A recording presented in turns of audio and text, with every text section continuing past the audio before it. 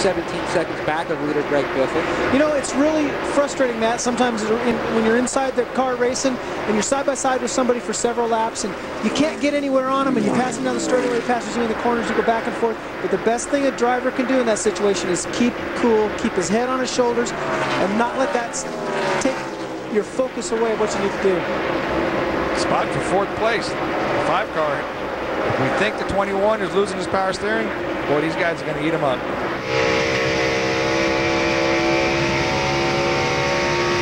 There's a 66 of Billy Parker right there. You see him going on the inside of. Billy's running the 24th place. He's 4 laps down. Boyer and Bush working the 4th position. A lot of times at Bristol, you'll have power steering glitches. It's hard to see at a 1.5-mile track like this, but at Bristol, you slink a lot of the fluid right out of the pump, and you get glitches in the power steering. That might have happened here.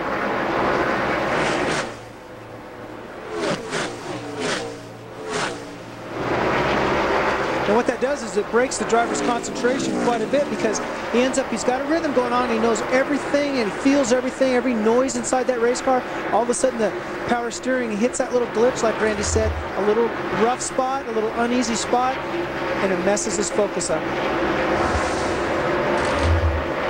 And Greg Biffle just put Mike Bliss in the 20 car lap down. Mark, what's wrong with the 20? Well, he may have the same problem as Bobby Hamilton Jr. You heard Jr.'s crew chief Harold Hawley saying they didn't like the set of tires. It was too loose, and Mike Bliss complaining about the same thing. They added a little wedge on that last pit stop to try to tighten it up. Didn't do it very well. The car, again, very, very loose, and Mike Bliss told his crew chief Steve Addington, "I'm doing all I can not to wreck this thing."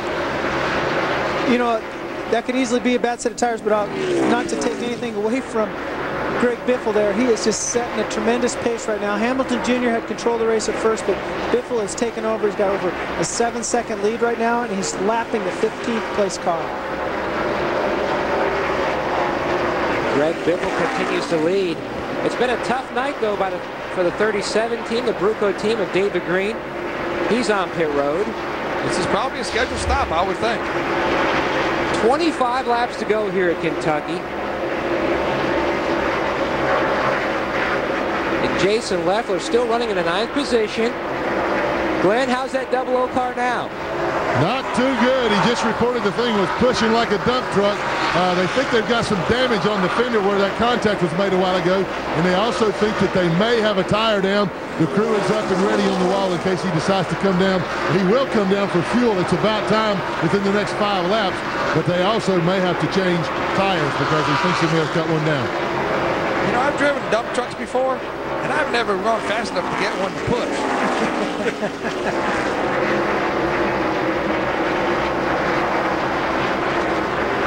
Robbie Gordon working underneath Leffler.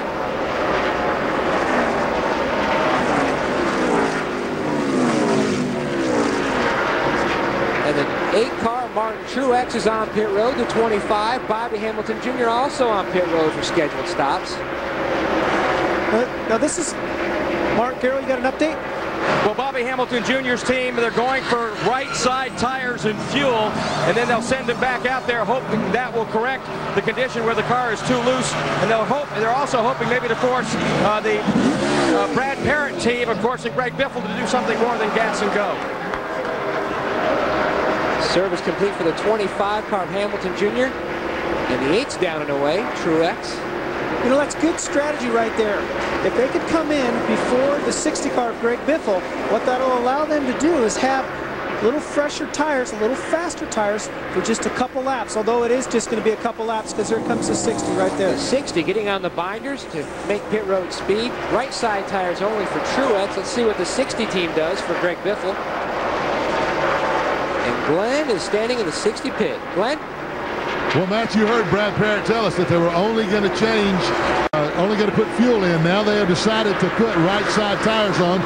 Since the closest competition, both Bobby Hamilton and Martin Truex changed right side tires, they figure they might as well too. They're not going to lose anything time-wise.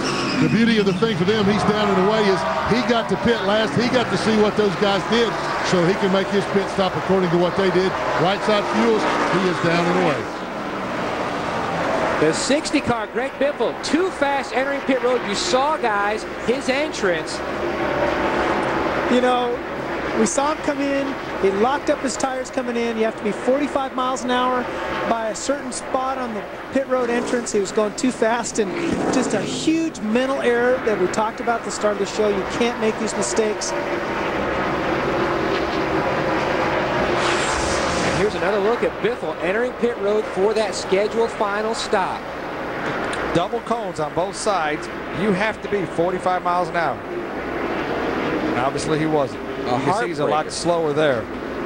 And the 17 of Johnny Benson will bring out the caution. The sixth caution. That's a hard hit right there. What a break for the 5 car and 21 car. His window net's down that you see. That's a signal for that the driver's okay. That's a big hit right there. Here's a replay of the 17's wreck. There we see him right there. Boom. That looks to me like a blown tire coming out of turn number 2 right there, just straight into the wall. And that would be a whole lot easier a hit with a safer barrier. Caution comes out. 19 laps to go here at Kentucky. Johnny's saying, boy, you know, I'm not sure I really wanted to drive home tonight in the motorhome. But we see Johnny getting out. He's okay. He probably hit as hard as he did a couple years ago at Richmond in that Busch car that really rung his bell. He might be using some of the leave tonight.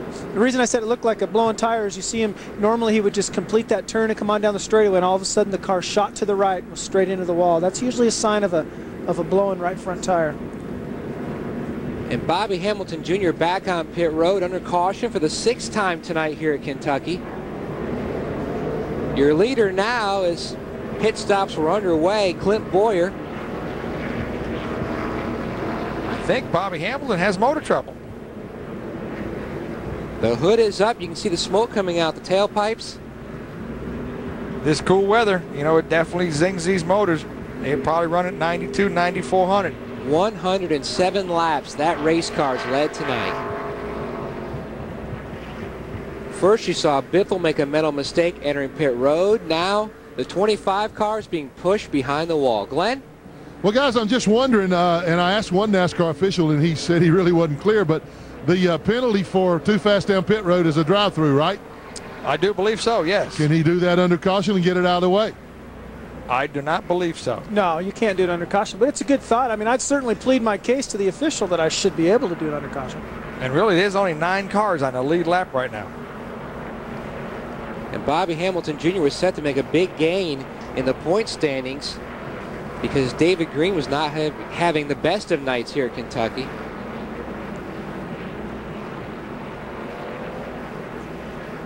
That's just a shame for Bobby. It's Robert Yates Power Plant. Good motors, but not so good tonight.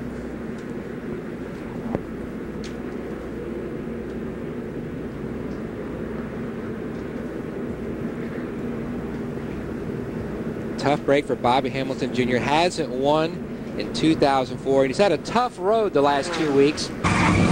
Back at Dover, a very strong race car. Trouble on pit road.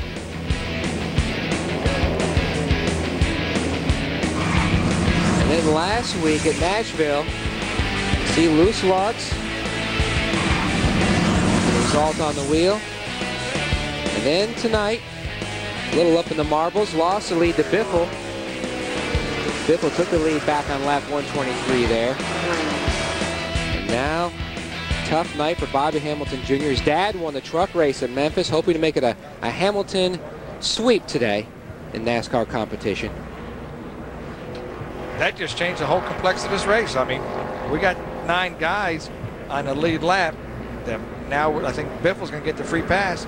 It is going to be a whale of a race to watch Greg come back through this deal. Yeah, because he'll be starting in the back.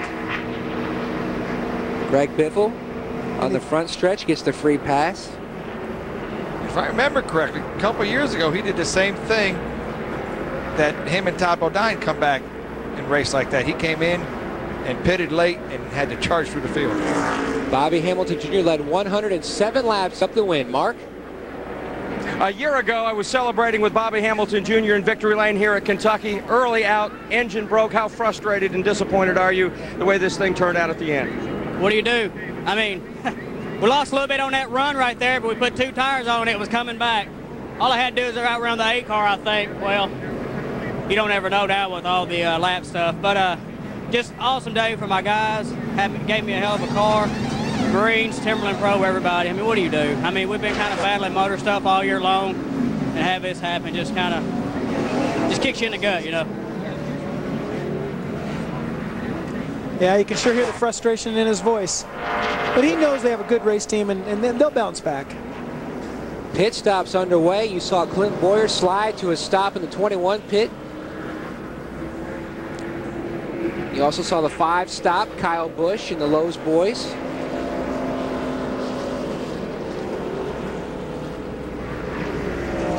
So now what we're going to have here is basically about a 13-lap shootout by the time we go back to green. 184 laps in the books tonight. And let's catch up with Glenn Jarrett, who has an update on Jason Leffler's stop. Yeah, Matt, Jason came in and changed right side tires and put fuel in the car, sent him back out. Clint Boyer beat him out just a little bit, so he will be behind the 21 car. I'm a little confused. I saw 2 cars get waved by for the Lucky Dog Award, so somebody please straighten me out. Mark Garrow? Wanted to update the adjustments they made on that Lowe's Chevrolet for Kyle Busch. Just a slight adjustment. They were a little bit tight from the center off, so they made a move to loosen them up, and they hope that means a trip to victory lane here in just a few laps.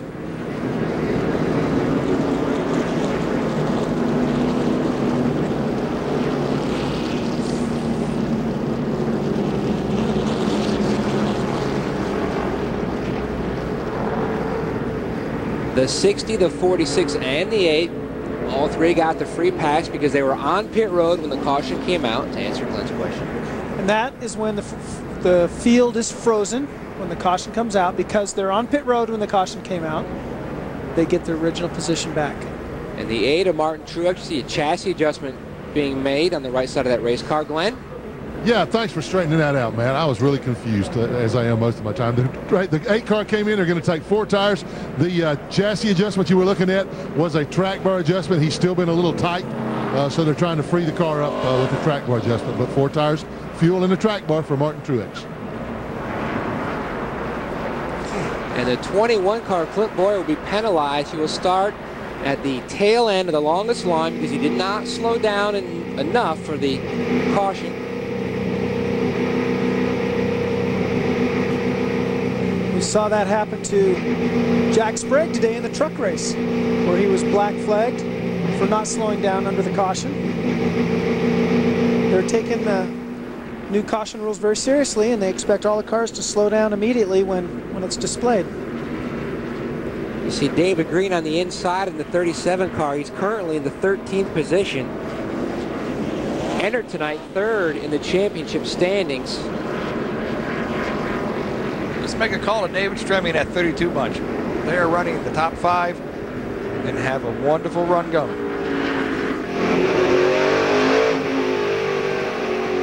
On board Stremme, looking ahead to the 00, Jason Leffler, trying to score his 2nd NASCAR Busch Series win. Clint Boyer in the 21. He's never won a NASCAR Busch Series competition. And Greg Biffle, 3 wins this season, former series champion.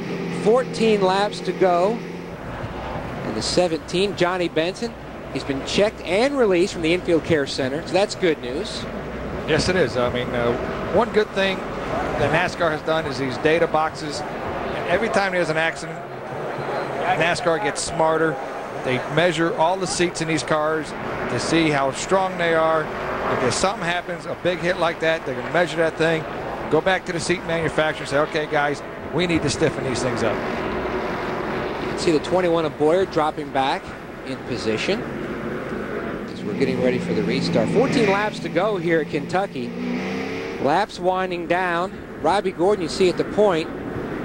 He's not your leader, though. He's had a long night, but he has sure battled back. Yes, he has.